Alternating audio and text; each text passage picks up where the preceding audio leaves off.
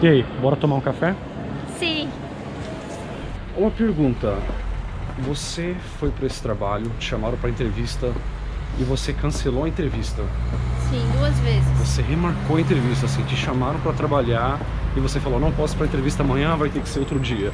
Aí nesse outro dia você falou, não posso hoje também, vai ter que ser outro dia. Sim. E mesmo assim eles te empregaram?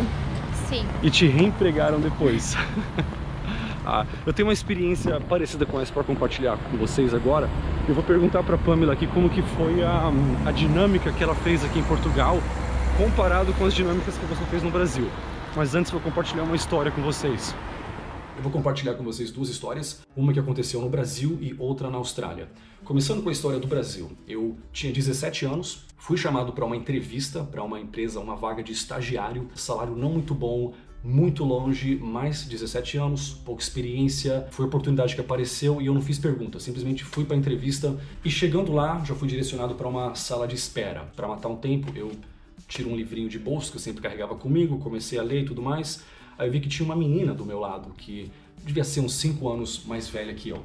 Parecia estar tão tensa. Aí eu comecei a conversar com ela e ela falou pra mim, tipo, naquela tensão que ela tava: cuidado, estamos sendo observados, se comporte. Aí eu pensei, ok, mas eu só tô aqui lendo um livro, conversando com você, o que tem de tão errado nisso? E aí conversando comigo, ela explicou que já tinha passado por entrevistas assim e que eles sempre começam a observar o seu comportamento ali na sala de espera mesmo, né? Um comportamento que eles vão levar em consideração, né? Vão pesar ali na balança pra ver se você merece aquela vaga ou não.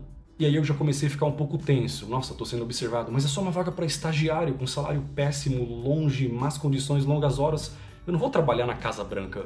E aí fomos chamados para entrevista, eu e ela na mesma sala, entrevistados pela mesma entrevistadora, mas ela ia para uma vaga diferente. A entrevistadora já chegou com aquele tom de autoridade. Pegou a caneta, um papel, bateu em cima da mesa, deu para a menina e falou: explica em, não lembro quanto tempo, 10, 15 minutos, em tantas palavras, numa redação, por que você é a melhor candidata para essa vaga. E aí ela se virou para mim e começou a fazer perguntas. Perguntas normais de uma entrevista, só que num tom de autoridade. E aí eu fiquei mais tenso ainda, não pelas perguntas, mas pelo tom de autoridade. Eu senti que tinha uma distância muito maior do que eu esperava entre eu e ela em termos de poder. E o tom da entrevista é como se eu fosse um suspeito de ter cometido um crime sendo interrogado pela polícia. E eu com 17 anos, pouca experiência, fiquei naquela tensão, nervoso, comecei a gaguejar. E eu já notei que, eu acho que eu não vou passar nessa entrevista. Aí no final ela falou, olha, vai pra casa e se você for selecionado para o próximo estágio, o quê? Tem mais estágios? Nós vamos te ligar hoje às 6 da tarde. Se você não receber a ligação, boa sorte. Eu já saí de lá e fui pra casa meio que tipo, andando assim, ó, porque eu já sentia que eu não ia ser selecionado. E foi esse o caso. E aí eu senti uma certa preocupação e apreensão também em relação ao meu futuro. É claro que eu queria sair do Brasil, mas eu pensei, e se eu não conseguir, ou se eu não conseguir a tempo? Porque o que eu vejo, a tendência para pessoas da minha classe social, com 18, 19, 20 anos, é pegar um trabalho onde elas não têm mais tempo e tem que trabalhar muitas horas para receber um salário que só dá para sobreviver. Então é correr numa esteira. Eu senti que minha vida estava indo nessa direção. Agora, 8 anos depois, eu com 25 anos de idade, estou na Austrália, vou fazer uma entrevista para um cargo de redação técnica, para uma grande empresa na Austrália que também presta serviço não só para o país inteiro, mas também para clientes nos Estados Unidos, Nova Zelândia, África do Sul, e eu também ia ser responsável por prestar serviços para esses clientes também. Eu fui para a entrevista vestido normal, mais ou menos do jeito que eu tô agora, fui de bike e 5 minutos antes caiu uma chuva absurda e eu me molhei todo. E aí eu cheguei lá, todo molhado. Aí 2 mulheres foram me entrevistar, quando me cumprimentaram, já sentiram, nossa, sua mão tá gelada. Aí eu sentei ali no sofá da salinha de entrevista, molhei o sofá.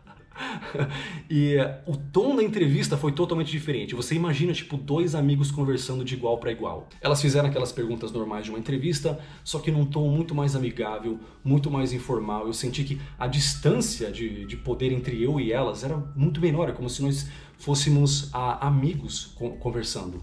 E eu me sentia à vontade para me expressar, falar da minha experiência real, me sentia à vontade para usar humor também, porque elas também estavam usando humor na entrevista. E tanto que eu disse algo no final da entrevista que uma das mulheres até deu uma gargalhada, que ela se virou assim, começou a dar risada. Conclusão, eu consegui o trabalho. Foi tão bem menos tenso, e essa não foi o único exemplo disso na Austrália. Antes disso, eu havia passado por várias entrevistas para cargos qualificados ou não tão qualificados, e o tom da entrevista era sempre mais informal. Tanto que em um e-mail específico que me chamaram para um cargo de venda 2 anos antes desse, o chefe já especificou no e-mail: venha aqui fazer uma entrevista informal. E essa outra entrevista também para o cargo de venda 2 anos antes, eles fizeram piadas, deram risada e também foi tudo assim bem informal, sabe? Bem descontraído, como se nós fôssemos amigos conversando. Então eu compartilho com vocês essas anedotas para ilustrar uma realidade que existe mesmo, uma diferença entre o Brasil e países como Austrália, Nova Zelândia, Estados Unidos, Canadá e países nórdicos. Algo que já foi estudado e analisado pelo psicólogo social holandês chamado Geert Hofstede. Algo chamado índice de distância do poder. Então no Brasil nós estamos acostumados a pensar em termos de desigualdade social, diferença entre os ricos e os pobres, o enorme vão que existe entre os dois, longa história, mas há também o índice de distância do poder, o qual mede a distância que existe entre os membros da sociedade que têm poder e aqueles que têm menos poder. Não só o rico e o pobre, como eu mencionei, mas também o chefe, o empregado, o entrevistador e o entrevistado. E isso é uma percepção social. Em países como o Brasil, a Arábia Saudita, os países árabes de fato, e até mesmo a França também nesse meio, há uma distância maior entre as pessoas que têm poder, mais poder, e as pessoas que têm menos poder na sociedade. E aí nós temos países como Austrália, Canadá, Estados Unidos, Nova Zelândia, países nórdicos, onde a distância do poder é bem menor. Então há uma igualdade maior, uma percepção diferente entre quem tem mais poder e menos poder e como essas pessoas se relacionam. Então esse estudo nos ajuda a entender melhor essa discrepância entre a experiência que nós temos com entrevistas de emprego no Brasil e na Austrália. Lembrando que isso é em termos gerais, é claro que há exceções, você pode fazer uma entrevista para uma empresa no Brasil que tem uma abordagem muito mais descontraída e você pode dar o azar de chegar numa empresa lá na Noruega ou na Austrália que vai ter uma abordagem assim mais igual aquela que eu descrevi da minha experiência no Brasil. Então, qual que é a relevância disso tudo? É importante que o brasileiro, você que vai ficar no Brasil ou vai sair do Brasil para vir para Portugal ou ir para a Austrália, é importante que você entenda essa questão do condicionamento cultural que nós sofremos no Brasil. No Brasil, para você conseguir um emprego, para você conseguir isso ou aquilo, ser bem sucedido, você tem que fazer X. Essas são as regras, as quais não necessariamente se aplicam em países com culturas diferentes. Mas enfim, eu tô aqui em casa, tempo demais, vamos sair um pouquinho, vou lá encontrar com a Pamela.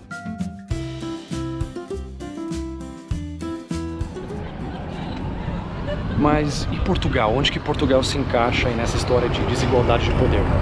Portugal é um pouco menos desigual que o Brasil, mas ainda está um pouco longe de ser como a Austrália. Mesmo assim, ainda há diversos outros aspectos sociais a considerar nesses 3 países, mas eu sempre trabalhei online como autônomo aqui em Portugal, então eu não tenho uma experiência assim pessoal para compartilhar com vocês, então eu vou falar com alguém que tem.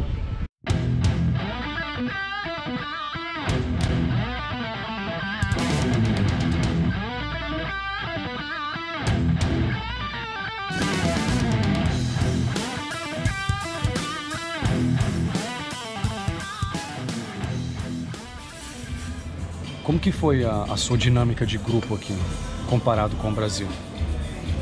Então, foi uma coisa assim, bem despojada, porque não teve nada a ver com o do Brasil.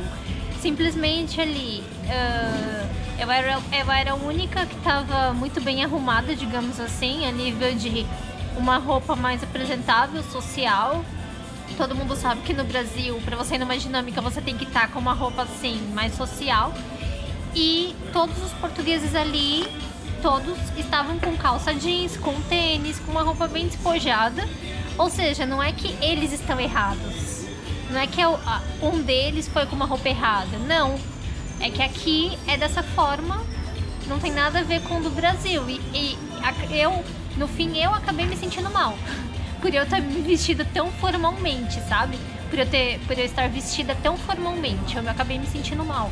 Mas o clima, assim, da entrevista ali era mais, assim, de formalidade ou de informalidade? Totalmente informal, totalmente. Foi super tranquilo.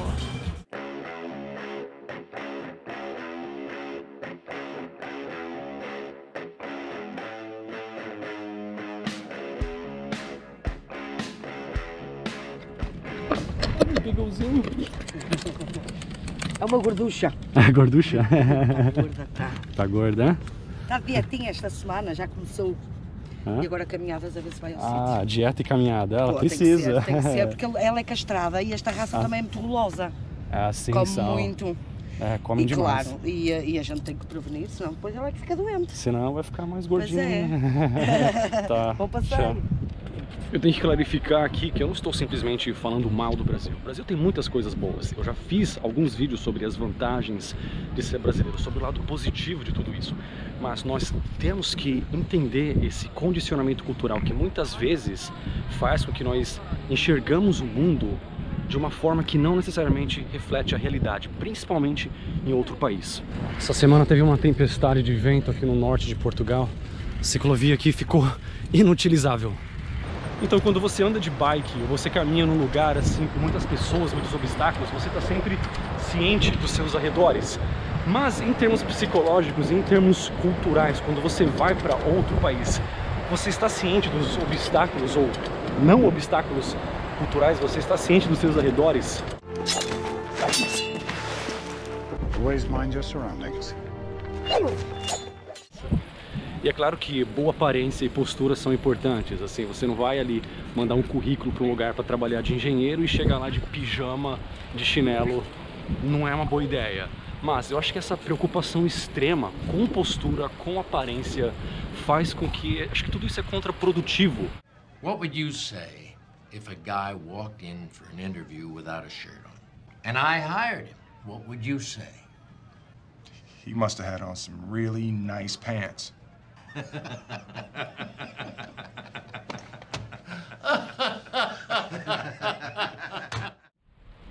E é difícil você expressar e demonstrar essas coisas mais importantes quando você está ali preocupado com as coisas não tão importantes, quando você está ali todo tenso. É isso que eu chamo de burocracia cultural.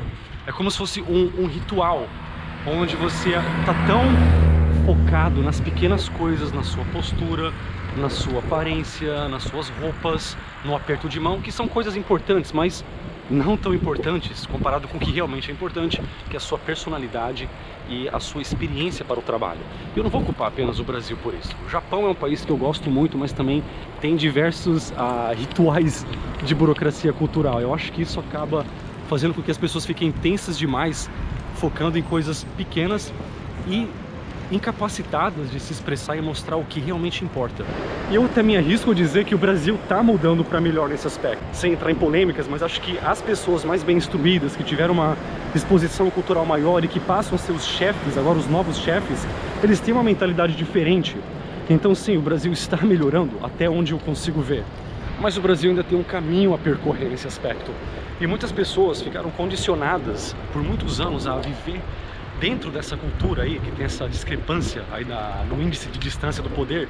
Isso muitas vezes faz com que a pessoa acabe vendo ela mesma como se fosse um soldado e o chefe como um general. Em muitas situações da vida, em muitos países, não precisa ser assim. Never did learn to mind your surroundings.